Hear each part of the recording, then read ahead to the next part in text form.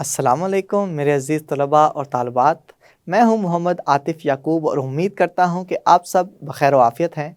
आप मुझसे पढ़ रहे हैं जमात दहम की फ़िज़िक्स, और जमात दहम की फ़िज़िक्स में हम अपनी किताब का chapter number 18 atomic and nuclear physics पढ़ रहे हैं। अपने गुज़िश्ता लेक्चर में हमने इस चैप्टर के जितने भी मौज़ूआत थे तमाम पढ़ लिए थे। आज आगाज़ करेंगे इस चैप्टर की मश्क का और कसीरुल इंतखाबी सवालात को हल करना सीखेंगे। साथ ही साथ इस मश्क की दूसरी मंजिल यानी सवालात का इयादा, इस हिस्से के भी 2 सवालात को हल करने की कोशिश करेंगे। तो चलें इन तमाम चीज़ों को सीखने के लिए चलते हैं अपने लाइट बोर्ड की जानिब। जी तो मेरे अज़ीज़ तलबा और तालिबात, हम पहुँच चुके हैं कसीरुल इंतखाबी सवालात की जानिब। आपको पता है कि जब भी हम कसीरुल इंतखाबी सवालात करते हैं तो बजाय सही जवाब देख के उसको मार्क कर लें, हम हर एक इंतखाब का सही तरीके से पोस्टमार्टम करते हैं। पोस्टमार्टम से मुराद ये है कि उसको जब तक हम गलत तसव्वुर नहीं कर लेंगे, गलत साबित नहीं कर लेंगे, हम ठीक जवाब पे निशान नहीं लगाएंगे। तो चलें इसी तकनीक को फॉलो करेंगे। पहले सवाल को पढ़ते हैं। पहले सवाल में कहा यह जा रहा है कि आइसोटोप्स, एक ही एलिमेंट के ऐसे एटम्स होते हैं कि जिनका मुख्तलिफ होता है क्या। आपने आइसोटोप्स की डेफिनेशन ये पढ़ी थी कि आइसोटोप्स ऐसे एलिमेंट को कहा जाता है कि जिनका एटॉमिक नंबर एक जैसा हो लेकिन एटॉमिक मैस नंबर मुख्तलिफ हो, यानी कि उनके अंदर पाए जाने वाले न्यूट्रॉन्स की तादाद मुख्तलिफ हो जाए। तो चलें इंतखाबात पढ़ते हैं। एटॉमिक मैस, अभी हमने कहा है कि एटॉमिक मैस ये मुख्तलिफ होना चाहिए, बात ठीक है। एटॉमिक नंबर नहीं जी, ये तो एक जैसा रहेगा। प्रोटॉन्स की तादाद, एटॉमिक नंबर प्रोटॉन्स की तादाद को ही तो कहते हैं, तो ना एटॉमिक नंबर आएगा जो मुख्तलिफ होगा, ना प्रोटॉन्स आएंगे जो मुख्तलिफ होंगे।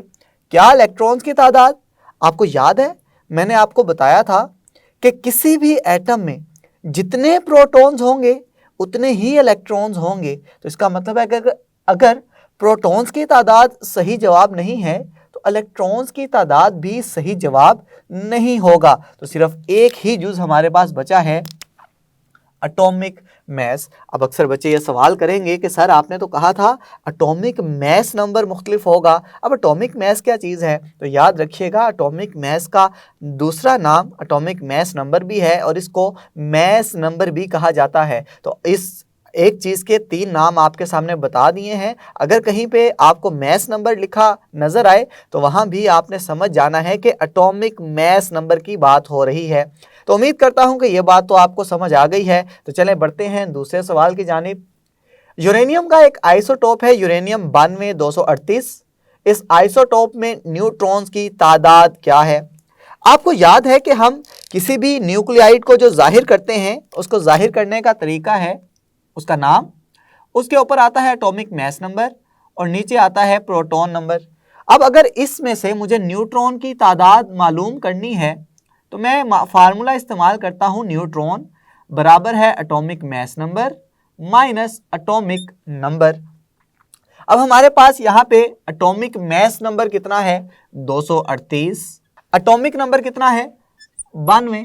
जब हम इसको माइनस करेंगे तो हमारे पास नंबर ऑफ न्यूट्रॉन्स की तादाद आ जाएगी 146। तो इस तरह से हमने नंबर ऑफ न्यूट्रॉन्स की तादाद कैलकुलेट कर ली है, निकाल ली है। तो चलें इंतखाबात पढ़ते हैं। क्या 92 है न्यूट्रॉन्स की तादाद? नहीं जी, 92 तो हमारा एटॉमिक नंबर है और एटॉमिक नंबर का मतलब है ये प्रोटॉन्स की तादाद है, तो 92 तो कभी नहीं होगा। 146 ठीक है, लेकिन पढ़ लेते हैं बाकी भी। 238 नहीं, ये तो प्रोटॉन्स और न्यूट्रॉन्स की मजमूई तादाद है, तो ये भी नहीं होगा। 330 ये तो हो ही नहीं सकता, तो सिर्फ 146 बचा, इसको हम ठीक तसव्वुर कर लेंगे।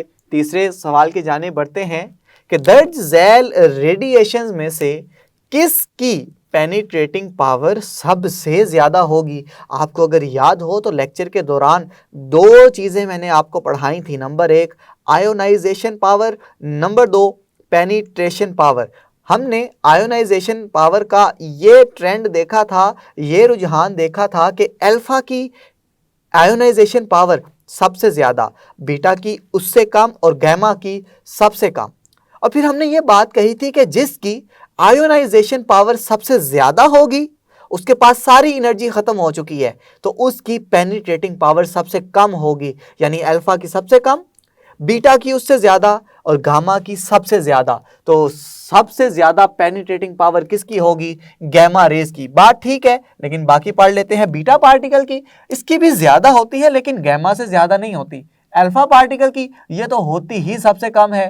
तमाम की एक जैसी होती है? नहीं जी, तमाम की एक जैसी नहीं होती। तो हमारे पास सही जूस क्या बचेगा? बेजूस। हमने ठीक मान लिया।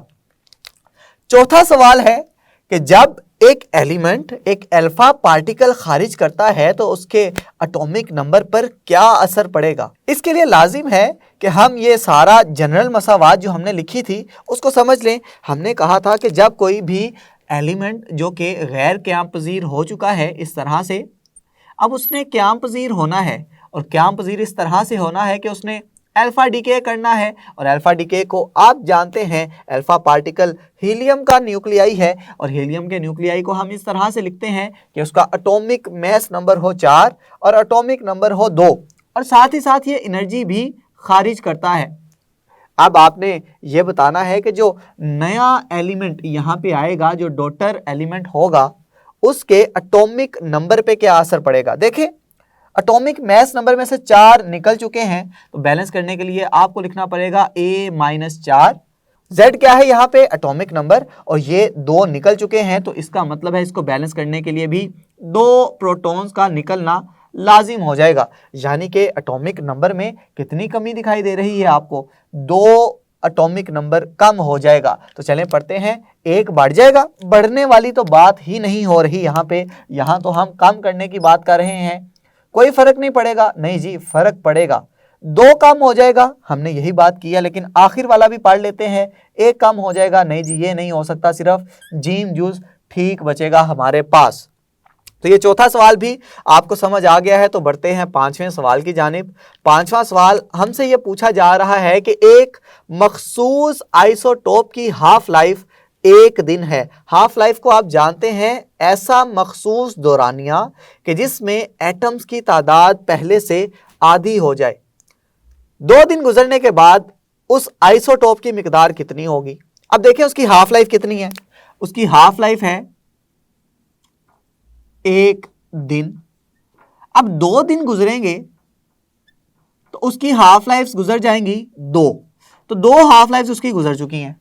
तो आपने बताना है कि उस आइसोटोप की मिकदार कितनी होगी। आधी रह जाएगी, 1/4 रह जाएगी, 1/8 रह जाएगी, या इनमें से कोई नहीं। तो क्यों ना आप वो वाला फार्मूला इस्तेमाल करें जो हमने पढ़ा हुआ है। हमने कहा था कि अगर एटम्स की तादाद जो बच गए हैं वो मालूम करनी है तो उसके लिए फार्मूला लगाएं 1/2।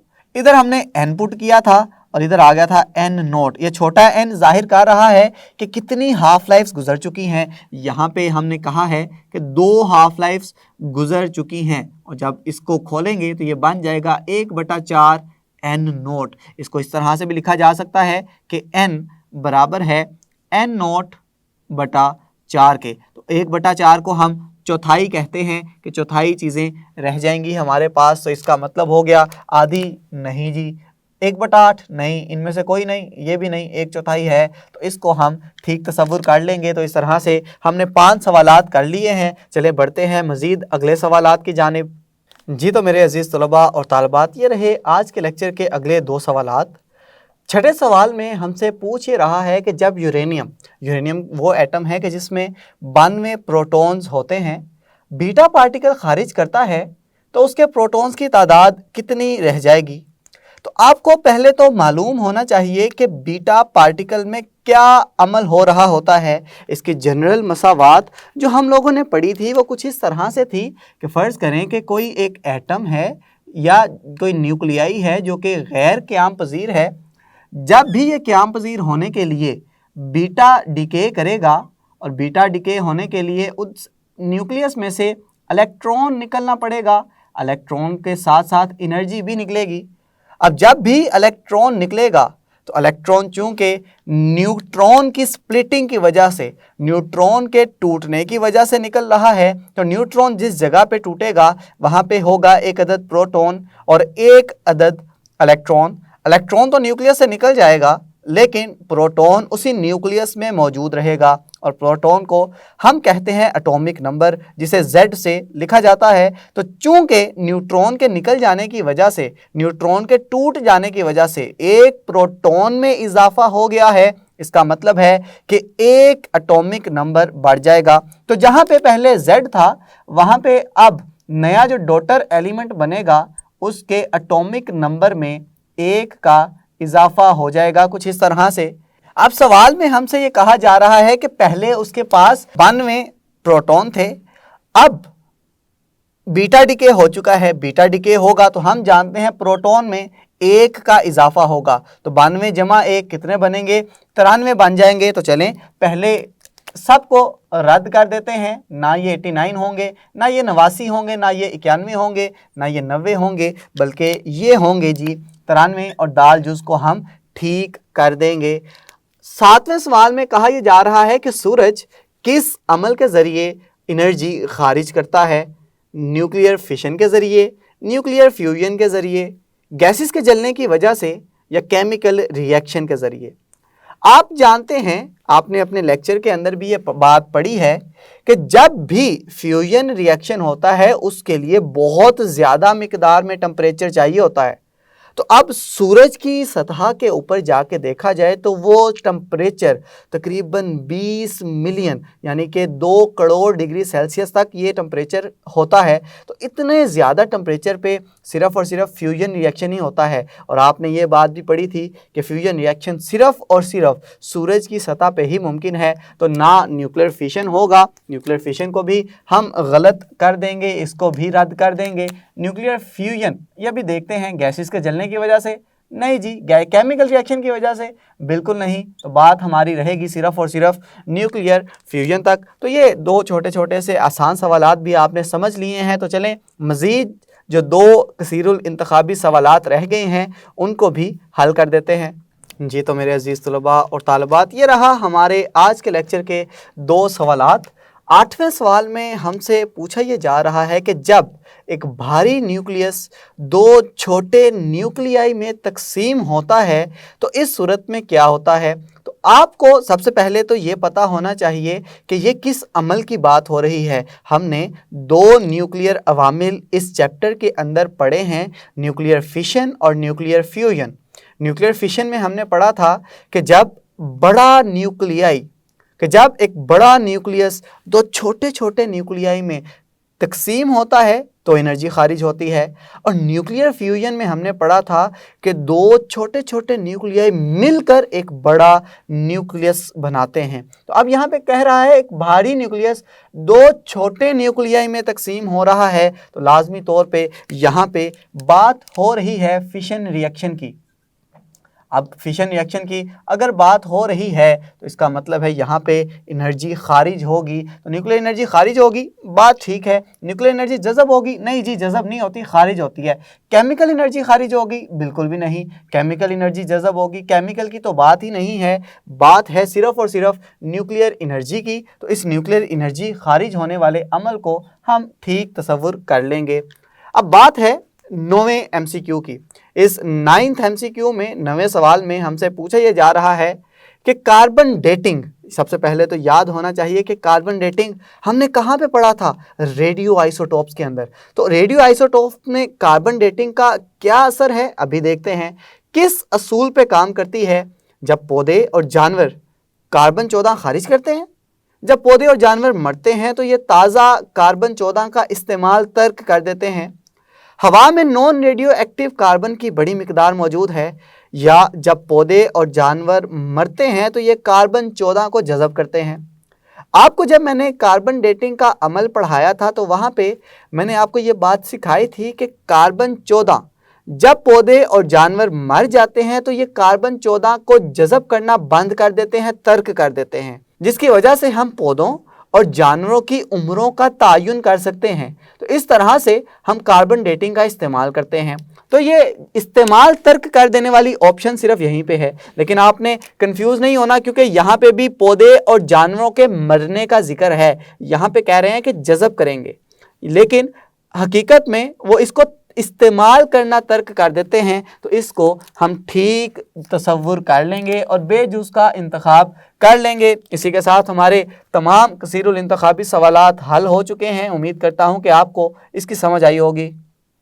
जी तो मेरे अजीज़ तलबा और तालबात, जैसा कि कसीरुल इंतखाबी सवालात तो हल कर चुके हैं, लेकिन अगली मशक की जो मंजिल है उसका नाम है सवालात का इयादा। उस सवाल इस मंजिल का पहला सवाल ये है कि एटॉमिक नंबर और एटॉमिक मास नंबर में क्या फ़र्क है और न्यूक्लियाइड का अलामती इजहार क्या है। तो अब चूंकि बात आ चुकी है फ़र्क की, तो आप यहां पे एक साइड पे हेडिंग दे देंगे एटॉमिक नंबर की और दूसरी साइड पे आप कहेंगे एटॉमिक मास नंबर। अब यहां पे जितनी भी बातें होंगी वो होंगी एटॉमिक नंबर की, यहां पे जितनी भी बातें होंगी वो होंगी एटॉमिक मास नंबर की। लेकिन उससे पहले हम समझते हैं कि एटम दरअसल कैसा होता है। एटम का एक सेंटर होता है और इस सेंटर को हम नाम देते हैं न्यूक्लियस का। इस न्यूक्लियस में मौजूद हैं प्रोटॉन्स और न्यूट्रॉन्स। फर्ज करें कि इस जगह पे 2 प्रोटॉन्स है और इस जगह पे 2 ही न्यूट्रॉन्स हैं। अब एटम के न्यूक्लियस के अंदर तो मौजूद है न्यूक्लियस और न्यूक्लियस के अंदर मौजूद हैं 2 चीजें, प्रोटॉन और न्यूट्रॉन।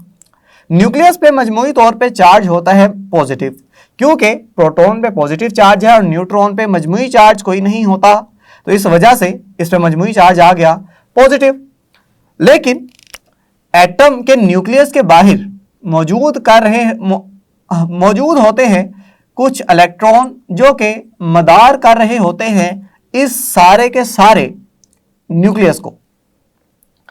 आमतौर पर जितने प्रोटॉन्स पाए जाएं उतने ही इलेक्ट्रॉन्स भी पाए जाते हैं।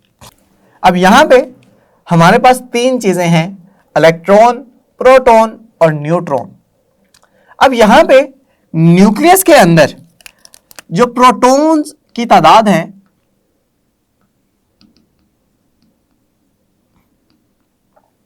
इसको कहा जाता है एटॉमिक नंबर। जो न्यूट्रॉन्स की तादाद है इसे कहा जाता है न्यूट्रॉन नंबर। और अगर प्रोटॉन्स जमा न्यूट्रॉन्स मैं दोनों को ऐड करके देखूं तो अब कहा जाएगा इसको एटॉमिक मास नंबर। तो उम्मीद करता हूं कि ये चीजें तो आपको समझ आ गई हैं। तो चलें क्यों ना अब एटॉमिक नंबर और एटॉमिक मास नंबर पे बहस कर लें। एटॉमिक नंबर की तारीफ लिखेंगे कि किसी भी न्यूक्लियस में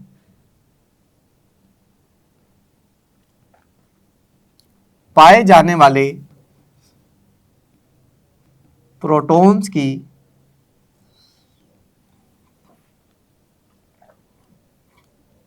तादाद को एटॉमिक नंबर कहते हैं।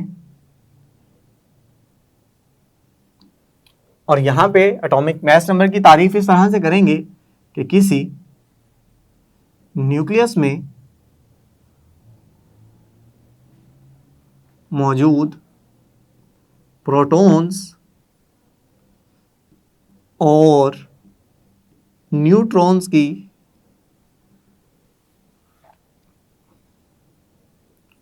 मजमूई तादाद को एटॉमिक मास नंबर कहते हैं। एक फर्क तो ये हो गया जी। दूसरा फर्क ये है कि इसे Z से जाहिर करते हैं और एटॉमिक मास नंबर को जाहिर किया जाता है A से। तो इसे A से जाहिर करते हैं। तो ये तो बात हो गई एटॉमिक नंबर की और एटॉमिक मास नंबर के फर्क की। एक और सवाल हमसे पूछा जा रहा है कि अलामती अजहार बताना है न्यूक्लियाइड का। तो यहां पे हेडिंग दे लें कि न्यूक्लियाइड का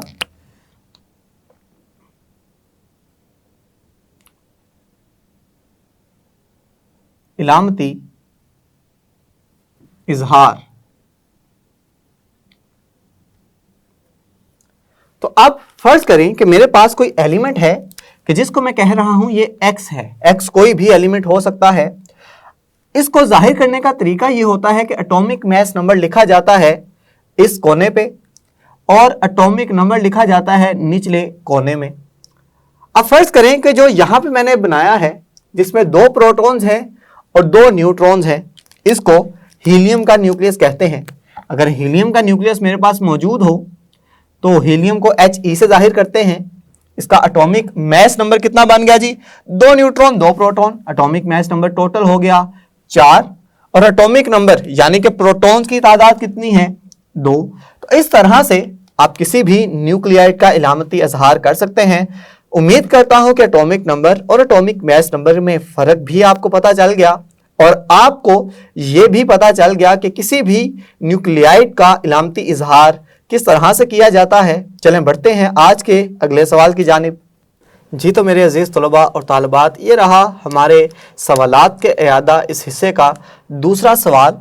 सवाल में हमसे पूछा यह जा रहा है कि रेडियो एक्टिविटी की इस्तिलाह से क्या मुराद है और वजह बयान करें कि क्यों कुछ एलिमेंट्स रेडियो एक्टिव होते हैं और कुछ एलिमेंट्स रेडियो एक्टिव नहीं होते। तो सबसे पहले क्यों ना हम इस रेडियो एक्टिविटी की इस्तिलाह की तारीफ कर लें। हम लिखेंगे यहां पे रेडियो एक्टिविटी। इसकी तारीफ हम इस तरह से करेंगे कि रेडियो एक्टिविटी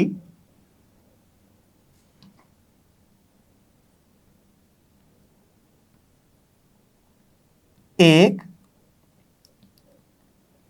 ऐसा अमल है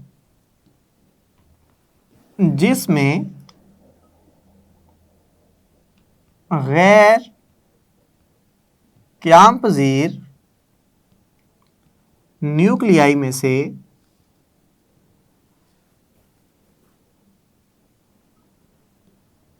रेडिएशंस खारिज होती हैं और वो क़याम पज़ीर न्यूक्लियाई में तब्दील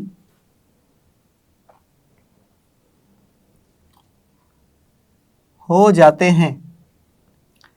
तो इसका मतलब ये हुआ कि रेडियो एक्टिविटी में एक गैर क़याम पज़ीर न्यूक्लियस होगा, वो अपने अंदर से चंद रेडिएशंस निकालेगा और वो रेडिएशन जैसे ही निकल जाएंगी, उन रेडिएशंस के निकलते साथ ही क़याम पज़ीर न्यूक्लियाई के अंदर या न्यूक्लियस के अंदर तब्दील हो जाएगा। अब अगला हिस्सा इस सवाल का ये है कि वजह बयान करनी है कि क्यों चंद एलिमेंट्स रेडियो एक्टिव होते हैं और बाकी के एलिमेंट्स रेडियो एक्टिव नहीं होते। तो चले उसके लिए हम क्यों ना एक अदद न्यूक्लियस को समझ लें। फर्ज करें कि ये मेरे पास एक अदद न्यूक्लियस है।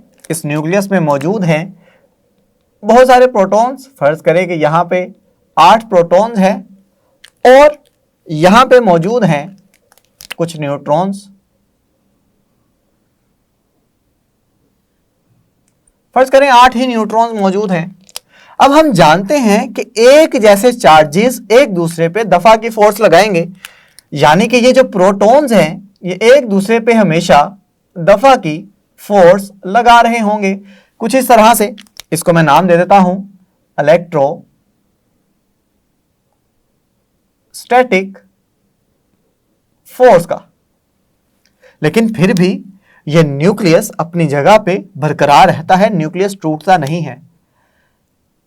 इस न्यूक्लियस के ना टूटने के पीछे वजह है एक अदद स्ट्रॉन्ग फोर्स की, जो कि इस न्यूक्लियस को बांधे रखना चाहती है, न्यूक्लियस को जोड़े रखना चाहती है। ये फोर्स कहलाती है स्ट्रॉन्ग न्यूक्लियर फोर्स। अब जैसे जैसे इस न्यूक्लियस के अंदर प्रोटॉन्स की तादाद में इजाफा होता चला जाएगा, तो प्रोटॉन्स की तादाद में इजाफा होने के साथ साथ इस इलेक्ट्रोस्टैटिक फोर्स में भी इजाफा होता चला जाएगा। और एक वक्त ऐसा आएगा कि जब इलेक्ट्रोस्टैटिक फोर्स इस कदर बढ़ जाएगी कि वो स्ट्रॉन्ग न्यूक्लियर फोर्स पे हावी हो जाएगी, यानी कि इतने ज्यादा प्रोटॉन्स आ चुके हैं कि अब ये स्ट्रॉन्ग न्यूक्लियर फोर्स न्यूक्लियस को जोड़े नहीं रख सकती। न्यूक्लियस अब टूट जाएगा, न्यूक्लियस गैर क़याम पजीर हो गया। और गैर क़याम पजीर होने के पीछे वजह क्या है? प्रोटॉन्स की तादाद में इजाफा। तो चले हम वजह लिखते हैं, यहां पे हेडिंग देंगे वजह की। हम यहां पे वजह लिखेंगे कि कुछ एलिमेंट्स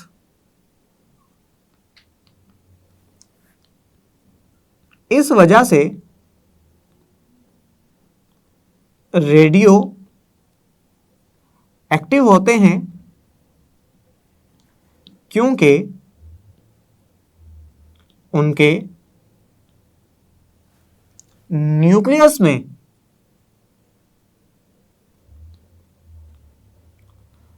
प्रोटॉन्स की तादाद बहुत ज्यादा होती है और वो भारी न्यूक्लियस या न्यूक्लियाई बन जाते हैं। और जब भी भारी न्यूक्लियस हो जाएगा तो भारी न्यूक्लियस अपने आप को हल्का करने के लिए, अपने आप को क़याम पजीर करने के लिए अपने अंदर से कुछ चीज़ निकालेगा, और वो चीज़ निकालेगा रेडिएशंस की सूरत में। तो ये जवाब था। उम्मीद करता हूँ कि आपको 18.2 सवाल का जवाब भी समझ आ गया है। आपने इस तरह से इसको अपने नोट्स के अंदर भी लिख लेना है। जी तो मेरे अज़ीज़ तलबा और तालिबात, उम्मीद करता हूँ कि आज के लेक्चर में सिखाए गए कसीरुल इंतखाबी सवालात भी आपने समझ लिए, और सवालात का इयादा इस हिस्से के पहले 2 सवाल 18.1 और 18.2 मैंने आपके सामने पेश किए। ये तमाम चीज़ें आपने अपने नोट्स में लिख लेनी है। बाकी जितनी भी बातें हैं, जितने भी सवालात हैं, हम सीखेंगे अपने आइंदा वीडियो लेक्चर में। तब तक के लिए अपना ख्याल रखें, अपने से ज़्यादा दूसरों का खुश रहें, खुशियाँ बांटें। अल्लाह हाफिज़।